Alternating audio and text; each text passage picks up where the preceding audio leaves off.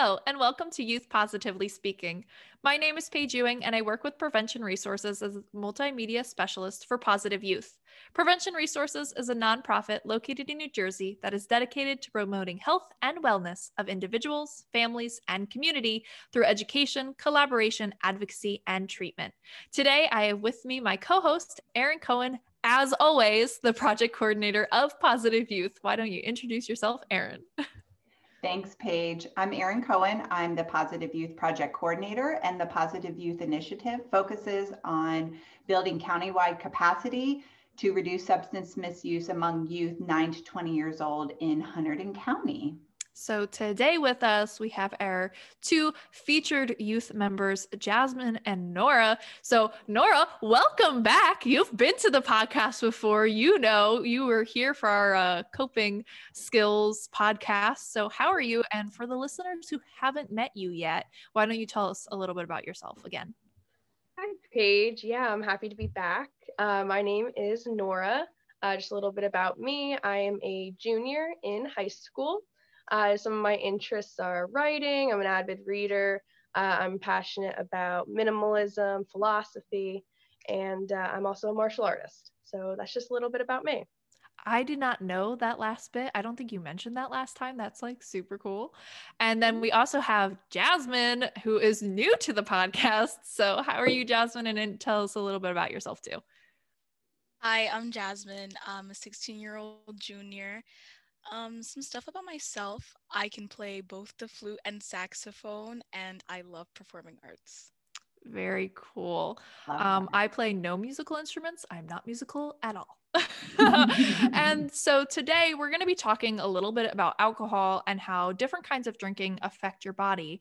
And to better help us understand alcohol and its effects, we have our expert for this episode, Dr. Christopher West from the Hunterdon Medical Center. Welcome, Dr. West, and thank you for joining us. Why don't you tell us a little bit about yourself too? Hi there.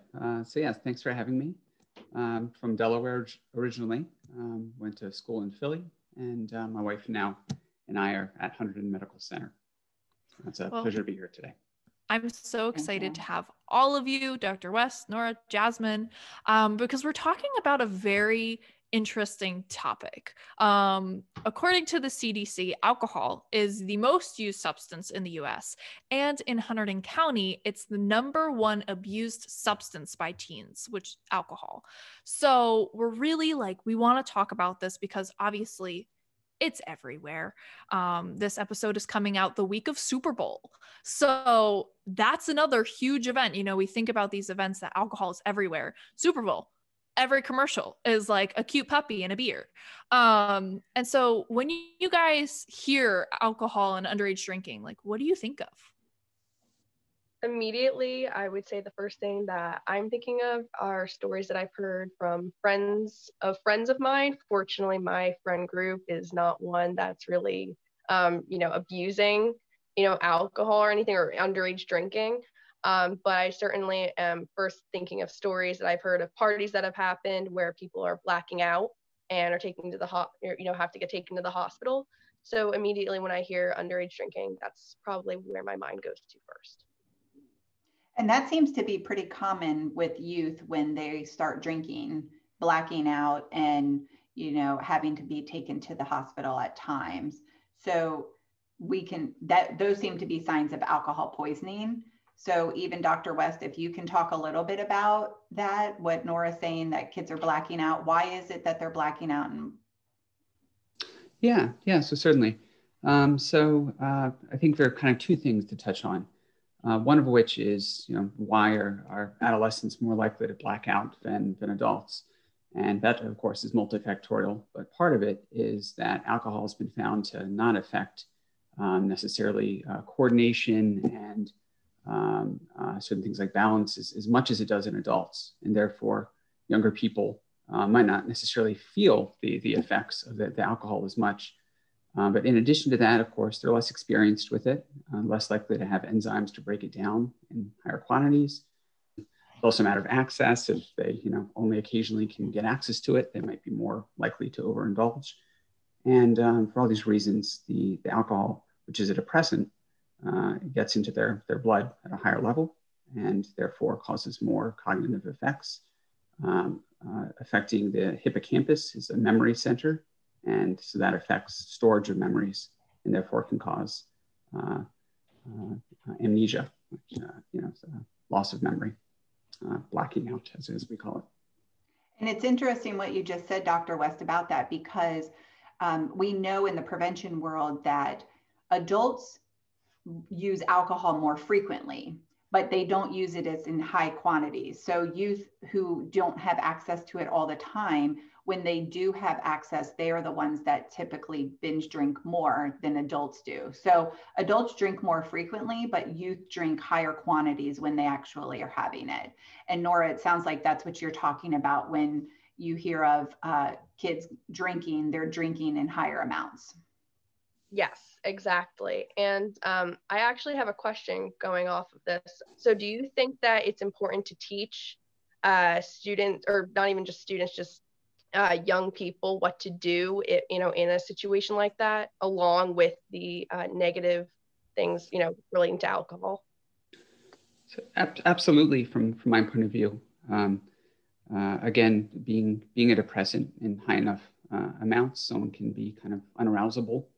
And because, part of the base of the brain, it's kind of a toxicity center. When enough foreign substance gets into the brain, it induces vomiting because, evolutionarily, that's protective. If we eat plants that are toxic, we want to throw them up to save ourselves.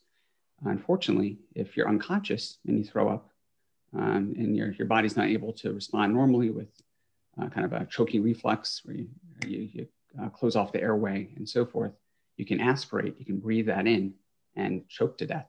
And that's actually the most common way people die from overindulgence in alcohol. So certainly, I think it's very important people know to have people sleep on their sides after drinking. And if they're to the point where you can't wake them up, that really isn't enough. If someone is very intoxicated, especially if they're young, I think it's very important to a life is more important than potentially getting in trouble for a few minutes. That's why in New Jersey and a lot of states have, so in New Jersey, it's called the New Jersey 911 Lifeline legislation. And so this law was written specifically for this instance, because I'm 22 and I've heard so many stories of, well, we didn't call 911 because we didn't get in trouble. We didn't want to get in trouble. And I was like, but we have a law that protects us for that. So for those of you who don't know, and for you guys listening, like the 911 Lifeline legislation is a New Jersey law. And if you have been underage drinking or your friend has been underage drinking and they show signs of alcohol poisoning, so maybe they're cold and clammy, unresponsive, bluish in color, all these sorts of signs, you can call 911 and, you call and you say, I think my friend has alcohol poisoning. We're both underage. I want to be protected under the 911 Lifeline legislation. You and another person and the person who's sick will be protected under the law. You stay with the friend, you wait till authorities arrive, and you, of course, cooperate with them and answer any questions, but you will avoid prosecution. And so that means you won't go to jail, you won't go to juvie, you won't even, anything like that. You might get in trouble with your parents, but like we always say, like, just call 911 because we have this law to protect you, to make sure that we aren't having a situation where somebody didn't call and they say, oh, they'll be fine. Because with alcohol poisoning, you can't just sleep it off. It's a medical emergency. You can't just sober up. Like, that's not how alcohol poisoning works. And frankly, in terms of parents, I'd be very surprised if, in the long term, your parents weren't very proud of you for, potentially saving a life. That shows incredible responsibility and maturity to admit you might have done something you shouldn't have, but you put someone else's life ahead of your own fear of, getting in trouble. Dr. West, I say that to my own children. I have 2 high schoolers myself. And of course, I'm always talking to them about the dangers of alcohol, especially being teens. But I also tell them, and Jasmin and Nora, you can tell me if it's the same thing with your parents. And, they're going to parties and they're going out with friends, obviously not right now during COVID, but at some point they're going to be back out and being with friends, and they're going to be put into positions where there will be alcohol available. It's just the reality of it at this point. And I do tell them that they can call me at any point and I will come get them. No questions asked at that time. Doesn't mean I won't be mad. It doesn't mean we won't be having a conversation later about it. But the number one thing for me, and I think for all parents out there, is that we want you to be safe in that moment. If you think that one of your friends is really intoxicated, or you're really intoxicated, or somebody wants you to get into a car with them and they had been drinking, I will come get, no questions asked. And I think a lot of parents have the same views that I do about that. Yeah, I definitely feel that social media and just other people have kind of glorified alcohol in a sense. I feel like without alcohol at a party, people feel like it won't be as fun, that alcohol is the life of the party, that you can't have fun without it. And I feel like it's just so incorrect. And like people just always are like so quick to assume, hey, you have alcohol. Oh yeah, I'm coming over. Like, it's just like there's so many other things that you can partake in or you could do. Like, I especially love like playing card games at parties, even though people think I might be like a little childish for doing so. You come But to my house, Jasmin, because I love to play games too. I know, me too. I was like, yeah, Jasmin has the best party card games. Okay. Yes. But yeah, I definitely feel that it has been glorified to an extent that is too, well, not too far to go back down, but it is definitely at its peak.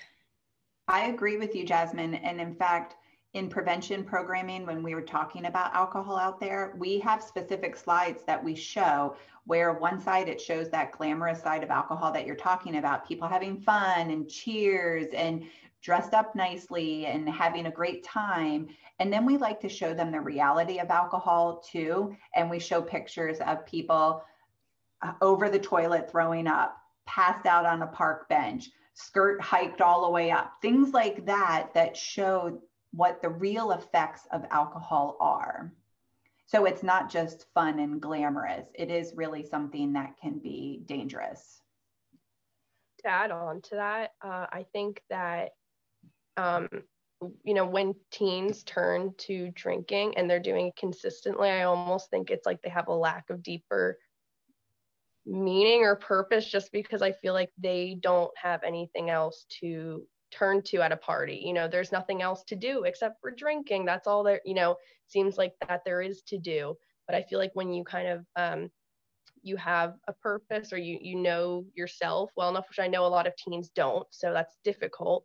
But when you do, you don't turn to things like that. And instead of going to parties where there's tons of red cups and beer ping pong and stuff, you're doing, more wholesome things in a way. I don't know what other word to use, but so I think that's wholesome's a great word. Wholesome's great. Yeah, and I think also like along with that, you think alcohol and you're growing up and like, when you're a teen, all you want to be is an adult. And I can say I'm an adult now and all I want to do is be a teenager again. But it is like this like rite of passage, like, oh, it's my senior prom and like we're going to the beach, let's drink. And like also just the normalization of it all.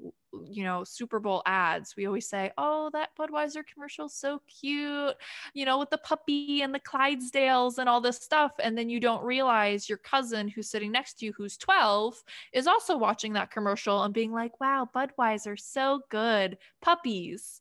Like, why do we have these commercials that like, that's the link, with alcohol, which is a poison to your body?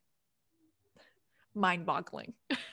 And this is a really frightening statistic that in every year, excessive drinking, so drinking by folks that are under 21 years old, there are 3,500 deaths a year for that. And I think, Dr. West, you were saying a lot of them is that where they aspiration, choking on vomitus. Mm-hmm. What are some other ways that people or youth die from alcohol besides that? Yeah, so certainly things related to increased risk-taking when inebriated, or even just reduced reaction time. Things like driving, of course, is a very large cause of death.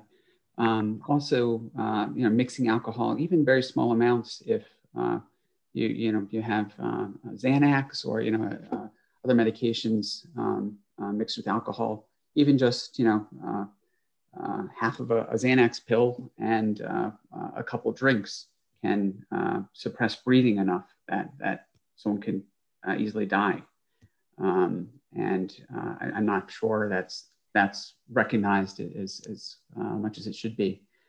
Diabetes, you can get low blood glucose, hypoglycemia, which can cause seizures and death. There are many mechanisms through which I would say the major two are the aspiration and risk taking, such as driving while intoxicated. And with driving, we always say like, oh, don't drink and drive. And I think that's like so ingrained into our brain. But like, I want to see. So Nora and Jasmin, take a guess. So like, this is thrown into our head so much. So take a guess of, in 2019, there was this youth risk behavior study that was done. And what percentage of teens rode with a driver who had been drinking alcohol? What do you think the percentage is? It's going to be something shocking, isn't it? So I have to go higher than I really think. 49%. Okay. Not that high. Jasmin, what's your guess? I was leaning more towards 27. Oh, okay. You guys went a little high. Maybe it's like I talked it up too much. But yes, 17. Paige scared you guys. I know. Well, here's the thing. Like, how many times have you guys heard like, don't drink and drive? Like all the time. It's too many to count. But it's important. Yeah. Yeah. 17% is the number of teens that rode with a driver who had been drinking alcohol, and 5% of drivers drove. I think a lot of it comes down to kids not wanting to get into trouble. And so you start driving at 17 here in New Jersey. So now you're a senior in high school and you're out. And if you come home and you don't have your car, what are your parents going to say? I mean, it really kind of comes down to these. I think what happens with teens is that they think about, how am I going to get in trouble? Oh, I'm invincible. Nothing's going to happen to me. It'll be okay. I can just get in the car, right? I think it's okay. I'm not overly drunk.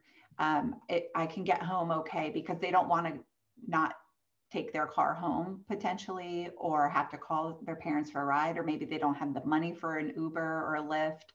So I think that there's a lot of factors that way. They may know better, but then again, it puts them, they're in this position where they're going, okay, am I going to get in a lot of trouble? I mean, I know my kids are always thinking they're going to get into trouble some way or another with me. Is mom going to be mad about this? Right.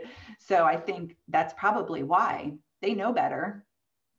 I also think that it could, another reason. So Paige, I know you were talking about that phrase, don't drink and drive. I think there are a lot of phrases that I'm not going to say I don't want to say overused, because I think they're very important. But I think when we're in school in health class, I don't know if the way that we need to go about teaching these topics needs to change, just because I will say, like, I think I've been in my health class, I've been since elementary school. That's, alcohol equals bad. That's kind of what we're taught. And I think some people, they see adults who drink just for, socially. And, so I think there is some confusion too, because in school, it kind of sounds like, alcohol's always bad. Whereas in the real world, we're seeing, people drink socially, and, other countries, 16-year-olds are legally allowed to drink. So I definitely think somewhere along the way, there is miscommunication, or there's some confusion. So I don't know if the way we have to teach it has to change, but clearly something does if still 17% of students or youth are driving with people, while they're intoxicated. I think, Nora, you make a great point about messaging, and you are getting mixed messaging. That's what I hear you saying. And I think that's something that we should really look into, is how we present the message and how we look at our society with alcohol, right? I mean, you see alcohol everywhere. It's in pop culture, you're watching TV, it's in songs, as Jasmin was saying before, it's glamorized so much. It's in the Super Bowl. I mean, football has nothing to do with alcohol, and you're talking about alcohol here. So it's ingrained in our society. And you're saying at school, you hear it's bad, it's bad, it's bad. And then, then it's the whole other side of it when you go out of that health class, right? Or that prevention program. So I feel like alcohol focuses more on the psychological aspect because you feel pressured or you're stressed out and you want to take a drink to maybe like cool off your nerves. And I feel like, right, like I said, it's glorified on social media. And the way that it's like oversaid, people are always like getting interested, like, ooh, like, how would I be when I'm drunk, or how would I act? And do you know like why people like try like think about that? Yeah. So again, a number of reasons. Certainly, when in adolescence, especially as your frontal lobe's still developing, still really kind of developing your personality, your values, all these things. It's a lot harder to be comfortable and confident, and with that comes a lot of anxiety. High schools, I would imagine you guys would agree, can be a scary time. And can provoke anxiety. And we all have to have coping mechanisms of some sort. As you get older, you gain more and more of those. But as you're still getting through all that, you might not have as many. And alcohol in the short term can seem to be a great way of solving that, in that it actually acts very similar to something like Xanax. I think what's really important is that we, instead of only focusing on telling people not to drink, is providing them alternatives to deal with stress, because people need coping mechanisms. That's what they are. You have to have ways of dealing with stress. You have to have ways of dealing with life. And if you don't know of any other way to do so, no matter what you think the bad effects are of it, you're going to turn to it because it's the only alternative you know of. Well, even when you think about people, where Jasmin was talking about going to parties, and people talk about being that wallflower, right? You're quiet, you don't know who to talk to, and then people feel like if they drink, then it loosens them up, it makes them funny, and and then on Monday, you might have the kids say, "Oh my gosh, I never knew you were so funny. You were so funny the other day," and so there's that misconception that you need this to be entertaining or fun to be around. And I've heard it so many times from young people, even when I was young, hearing people say, I really can't talk to people until I have a couple of drinks and I loosen up. Right. So, it is about becoming comfortable with who you are. And I think, Nora, you talked about that a little bit earlier, about being comfortable with who you are and not really feeling that pressure to do this in order to loosen up. I was talking to Paige earlier before we started this today, and I was telling her how I had played field hockey when I was in college in my freshman year. And there was a rule, we had a 24-hour rule that you couldn't drink alcohol before a game, 24 hours. And now in the work that I do, I see that what you were saying, Dr. West, about how the alcohol can affect you for several days after you drink. So I look back 25 years ago, I'm dating myself here, that we had no idea really that it could be still affecting us at that time, and, other things that Paige and I were seeing when we were doing some more research about this with athletes is that there is a correlation between people who are athletes and more drinking. And so Paige and I were kind of talking about that, like, well, why is that? Why do athletes drink more? Are they culture? Is it popularity? Because technically, like football or cheerleaders, thinking about what you see in movies, is that what it is? It's just the culture of it that athletes are drinking more. I feel like it goes, oh, please go ahead, Jasmin. I feel like it goes hand in hand with the concept that everyone wants to grow up, because these athletes, if you've seen on TV or like on their fan pages, they always like pop a champagne bottle after they win a game, or they go out for drinks or hang out with the team. And it's kind of like that idea of celebration. Like people were like, oh, game where we got like this many touchdowns, let's celebrate by drinking alcohol. It's kind of like that reward factor that people have, and that incentive to do well that people think is like it should be alcohol when it really shouldn't. I think that's like such a huge thing, is like pressure. And like we talk about good coping mechanisms, and obviously how drinking alcohol and doing drugs is a horrible coping mechanism, whether you have stress, anxiety, depression, whatever. But it's so hard because, like you said, Jasmine, like it's so ingrained in our culture that this is a celebratory thing. Like, let's pop champagne because we won the game. And it's just like, it's kind of ironic because alcohol is a depressant. So you're not really should be celebrating with something that makes you slow down and what it does. If you're, an athlete, generally you want to be able to build muscle, and it does interfere with that. In addition to, of course, the effects on brain function, therefore coordination, balance, that type of thing. We mostly see that in the kind of acute setting. So, in the hours to days after alcohol. It has effects on muscle mass formation, and that's more so with formation of muscle than it actually causing breakdown of muscle. But with long-term use, especially testosterone, you get decreased levels of it. It's actually toxic to the Leydig cells in the testicles that produce testosterone in males. And thereby can long-term, lead to erectile dysfunction, but also decreased muscle mass, decreased libido, and decreased energy, lethargy, that type of thing. It has effects on heart health and certainly metabolism.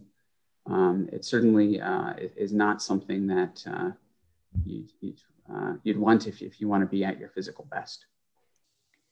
So Dr. West, can you also talk to us a little bit about how alcohol, the addictive properties of alcohol and the risk of addiction for youth too? Absolutely. So I think this ties into the frontal lobe as well, so part of the brain that's especially kind of late to develop. Though, of course, Nora, Jasmin, you guys have very functional frontal lobes. They'll get even more impressive in time. Over the next few years into our early 20s, the frontal lobe still developing to a great deal. And, that's part of why, especially towards the end of high school, we're really, discovering who we are as people, our values, all these things. We get better at planning. All of this is frontal lobe activity. And it's kind of the highest level of thinking that we're capable of. Unfortunately, as our brains are still developing, we're much higher risk for developing addictions as a result of that, as our brain is still becoming, structurally organized. And it's even been shown that, in countries where the drinking age is lower, and, there's kind of this unfortunate, rather a myth that, it's parentally supervised, and the culture is that, it's just, we just have a few drinks. It's not a big deal. We're not all about partying and so forth. Even so, alcoholism tends to be much higher in those cultures, because really, regardless of country and culture, the lower your age when you start drinking, the more likely you'll be drinking heavily later in life. So for all those reasons, it's certainly advisable to avoid it until you get into your 20s. I think one of the biggest factors that I always think of when it comes to neural development, brain development, and alcohol is memory. And I think our people's ability to learn is very important to them, especially as they're going through school. And anything you can do to improve that, I think will do you a great service. I have a question. So regarding like the frontal lobe, you say that, yes, you can get an addiction, this and that, but are there other like possibly damages to the brain that could happen with drinking alcohol? So certainly the hippocampus. So something that is involved with especially long-term learning. It has been found that there's decreased cell mass, so cell death over time, neuronal loss, brain cell loss, in people who are chronically drinking heavy amounts. And that's one reason why there's an association with memory issues. You can also get nutrient deficiencies. So if people are, so this is more people who are heavy drinking over long amounts of time. Alcohol has a lot of calories, and it tends to divert one's focus away from things like food, at least nutrient-rich food. And they can get deficient in things like thiamine, vitamin B12, folate, things that are important for the brain's health. And you may have heard of Wernicke-Korsakoff syndrome. There are a number of causes of dementia related to alcohol that we see, in addition to just increased risks of dementia from vascular dementia, damage to heart vessels, and so forth with chronic alcohol use. Overall, alcohol use is correlated and kind of a dose dependent. So the more you drink, the more likely you are to have cognitive dysfunction. And it was actually theorized at one point that maybe it would be protective in small amounts, because it has been shown that it's not necessarily worth the benefits to the heart, but one drink a day in adulthood may be beneficial to the heart, but it is not associated with any brain health and brain benefits, it seems, even with potential benefits to the vasculature because of what we call deleterious effects, the negative effects from the alcohol that also occur. And I'd also like to just define binge drinking, because we haven't talked about that yet. And so binge drinking really is talking about how many drinks you have in about 2 hours. So if men have 5 or more drinks in 2 hours, and women consuming about 4 or more drinks in 2 hours. So it's really, your body can only process, correct me if I'm wrong, Dr. West, your body can only process about 1 drink per hour. So right. If you're drinking, 4 to 5 drinks in a 2-hour period, your body can't process that so quickly. Correct. And I think that's something to keep in mind too. It's like, that doesn't just apply if you're a youth. We had a family friend that was above drinking age and went down to the shore with friends and family and, was throwing back beers as you do when you're at the beach, when you're, that 24 to 25 age. And he was like, I don't feel so good. I'm going to go to bed. And when they went to go say, hey, it's time for breakfast, he was dead. And so it's like, you have to keep in mind that no matter what age, binge drinking, your body can't process it. And, especially for youth, your brain is still developing. And so you're at a higher likelihood to develop things like alcohol use disorder, because your brain is adapting to this poison that you're putting into your body so much more than when you're older. But it's still just as dangerous if you're above legal drinking age or not. And I really hope that this podcast is like a great resource where people can, even youth can hear from our youth and be like, oh, cool, I'm not the only one who's like not drinking and not hanging out.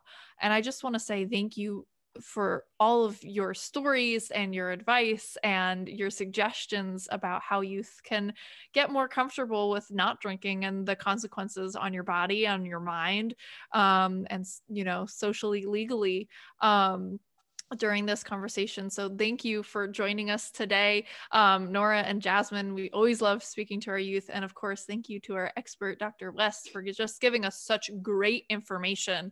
For more information about drug and alcohol use and effects on the body, please visit our website, njprevent.com/positive youth. And thank you for listening in. We'll see you next time for more Youth Positively Speaking.